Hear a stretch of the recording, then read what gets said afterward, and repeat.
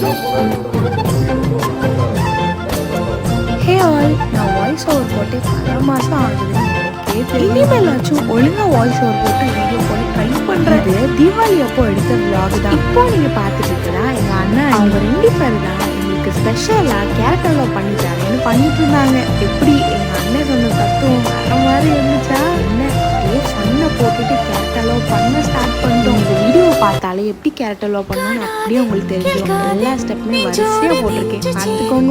எல்லாரும் எனக்காக எப்படி இடிப்பீங்க, நாங்களாம் கொஞ்சம் அறிவாக வேற மாதிரி தான் இடிப்போம். நீங்களாம் எப்படி தீபாவளி கொண்டாடுறீங்க, சேஃபாக கொண்டாடுறீங்கன்னு நம்புறேன்.